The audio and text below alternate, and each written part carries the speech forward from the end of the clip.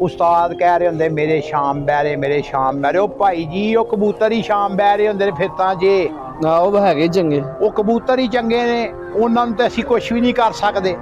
ਮੇਰਾ ਦਾਵਾ ਹੈ, ਮੇਰਾ ਚੈਲੰਜ ਹੈ ਅੱਲਾ ਕੋ ਡਰ ਕੇ, ਇੱਕ ਛੱਤ ਤੇ 10 ਵਜੇ ਕਬੂਤਰ ਹੁਣ ਉਧਰ ਉਹ ਬਹਿ ਜਾਵੇ ਇੱਕ 10 ਵਜੇ ਤੇ ਮੈਨੂੰ ਬਾਅਦ ਜਿਹੜੇ ਵੱਡੇ ਉਸਤਾਦ ਸਾਰੇ ਉੱਥੇ ਚੱਲ ਜਾਣ। ਅਸੀਂ ਮਾੜੇ ਉਸਤਾਦ ਇੱਕ ਪਾਸੇ ਹੋ ਜਾਂਦੇ ਆ, ਮੁਕਾਬਲਾ ਕਰ ਲੈਣ ਸਾਡੇ ਨਾਲ।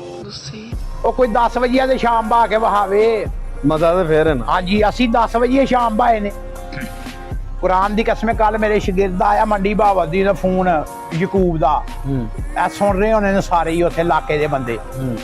ਉਹਨੇ ਮੈਨੂੰ ਕਿਹਾ ਉਸਤਾਦ ਜੀ ਮੈਂ ਆਪਣੀ ਜ਼ਿੰਦਗੀ 'ਚ ਇਹੋ ਜਿਹੀ ਕਬੂਤਰਬਾਜ਼ੀ ਨਹੀਂ ਵੇਖੀ ਜੋ